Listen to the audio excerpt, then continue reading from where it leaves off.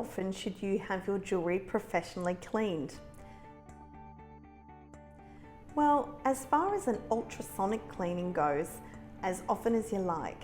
In regards to a full polish and clean service, you don't want to be doing it all day every day, but you can certainly do it 2 weeks and upwards if you're wanting them to look brand spanking new.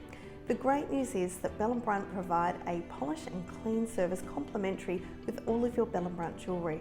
So you can pop in anytime you're in town and we'll do it for you on the spot. Rhodium plating would suggest a minimum of once a year if you want your ring to still look bright and sparkly new. Same thing for a platinum brightening service. Apart from that, if you're at home, warm water with some detergent, possibly a little bit of handy Andy if you have it available, and an old toothbrush to scrub in and around your diamond and your setting will do the job at home very nicely. Make sure you clean it off with some clean, fresh, cooler water.